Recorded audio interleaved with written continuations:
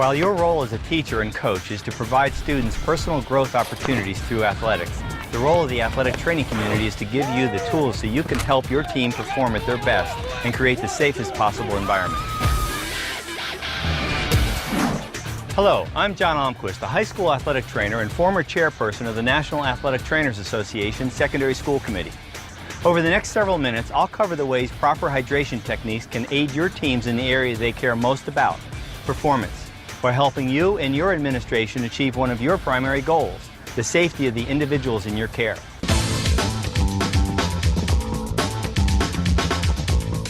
You and I work with high school students every day, so we know about their invincibility complex. So if you can show that properly hydrating can give them an edge in athletic competition, they may listen more closely. A simple way to explain it is this. No matter what sport you're playing, science proves that properly hydrated athletes perform better. For example, a 2% dehydration or losing as little as 3 pounds of body weight through sweat in a 150-pound athlete, performance will suffer. According to a field study of high school athletes, as many as 70% show up for practice already showing signs of inadequate hydration, so you should advise them to take opportunities to hydrate throughout the day. If they're allowed to carry beverages such as sports drinks and bottled water into class, encourage them to do so. If not, tell them to make frequent stops at the water fountain.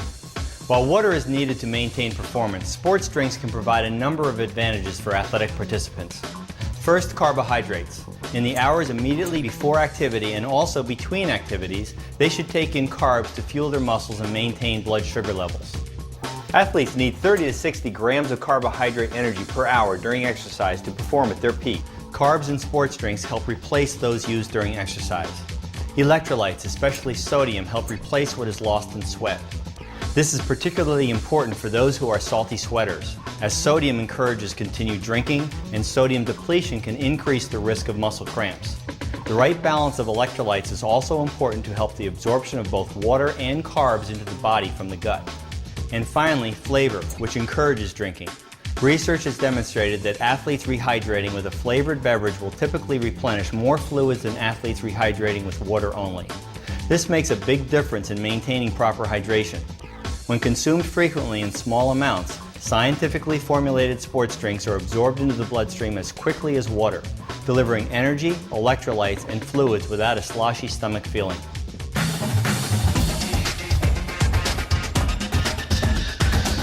Simply put, dehydration occurs when a person loses more fluid than he or she takes in.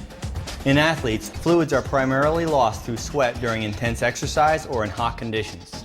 For example, a football player can lose more than a gallon of sweat in one practice. Other sources of fluid loss include respiration and urine production. When fluid imbalance occurs, the body is without enough fluids to carry out its normal functions. If lost fluid is not replenished, especially as exercise continues, serious consequences may follow.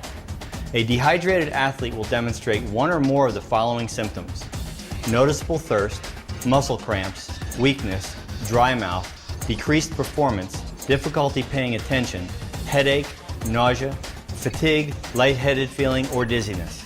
If some of these symptoms escalate to include disorientation, vomiting, collapse, or altered consciousness, it may be an indication of heat stroke, so immediate medical attention is required. Certain symptoms like muscle cramps, weakness, headache, nausea, and fatigue may also be associated with hyponatremia, a condition that occurs when a person takes in too much fluid, leading to low blood sodium. Hyponatremia can be avoided if your team learns to drink appropriately.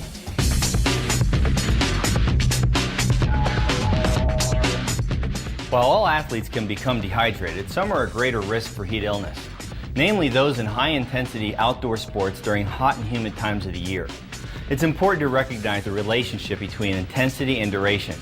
For example, a paced 30-minute run in the heat, which might not seem intense, may well produce a greater heat load than a series of sprints with allowed recovery time in between. There are 3 general types of heat illness. Heat cramps are painful muscle spasms that can be relieved through gentle stretching, ice, and increased fluid and electrolyte consumption. Sports drinks can help ward off muscle cramping because they encourage hydration and help replenish the sodium lost in sweat. Heat exhaustion can be treated by simply removing the affected person from the hot environment, cooling them as quickly as possible, and providing fluids to counter dehydration. Heat stroke is the least common form of heat illness but the potential for it to be fatal makes it by far the most serious. Heat stroke is a medical emergency that occurs when the body's cooling system fails. There are a variety of environmental factors that can increase the risk of heat illness. Health conditions, medications, and personal characteristics, especially people with high body mass indexes. Uniform equipment can create a barrier to heat loss and cause core body temperatures to rise quickly. And there is a greater risk of heat illness during the first few days of hot weather practice, before bodies have had time to adapt to the heat.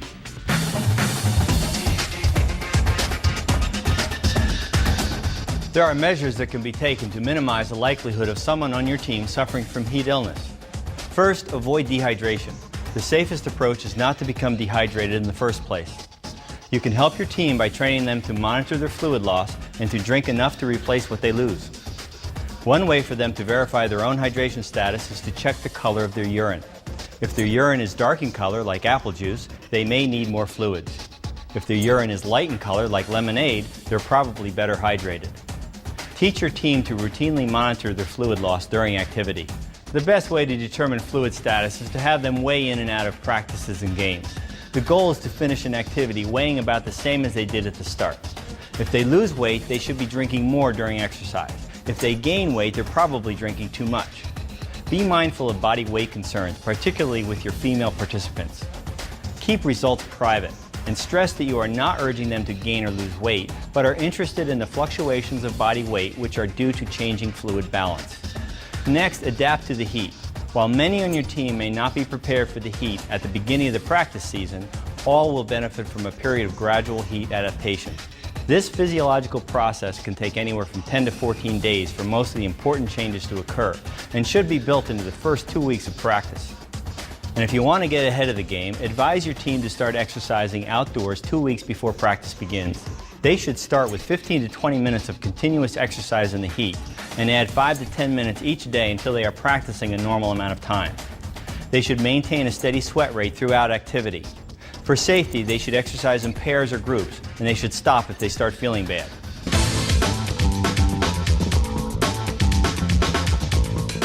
Even if you've done everything within your power to protect your team from heat stroke, there are no guarantees.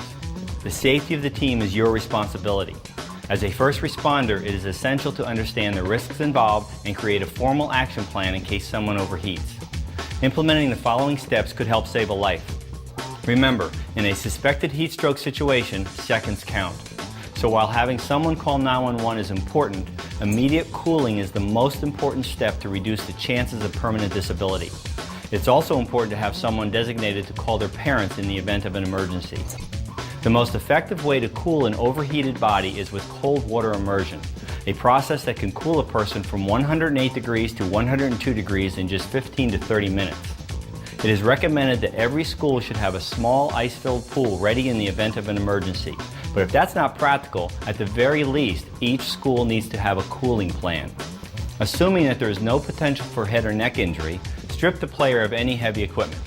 Then place him or her in the pool and immerse their torso, shoulders to hips, in an ice water bath. Do not let their head become submerged, and make sure they are monitored while in the pool. If an ice water bath is not available, move them to a shaded area and cool their torso by covering them in ice bags or ice cold towels from the shoulders to the hips. While they are being cooled, a predetermined member of the staff, who should carry a cell phone on the field at all times, should call 911 and coordinate EMS activities. This means more than just making a phone call. The designated EMS coordinator should be prepared to provide all pertinent information, including school name and address, specific directions to your location at the facility, a preliminary description of the affected person's symptoms, and information about the treatment being administered. Be sure to regularly check them for responsiveness, pulse, and breathing. While all staff should know the EMS point of entry and make sure all barriers are cleared, it's the responsibility of the designated EMS contact from your staff to meet the paramedics at the facility's entrance and direct the scene. Don't forget, you also need to accompany them to the hospital. We've covered the performance benefits of hydration and the basics of dehydration, what it is, how to prevent it, and the ways it can affect your team's health and performance, and what to do in an emergency situation. Remember these simple methods to get the most out of your team. Teach your team that science proves that well-hydrated athletes perform better. Have them check the color of their urine each morning to help them gauge their hydration status. Train your team to hydrate throughout the day according to their individual needs. Have them weigh in and out of practice and record their daily weight loss or gain. Finally, lead by example and create an environment in which teachers and coaches are being vigilant and teammates are on the lookout for signs and symptoms of heat illness. Thank you for making the commitment to keep your team safe and performing at their best.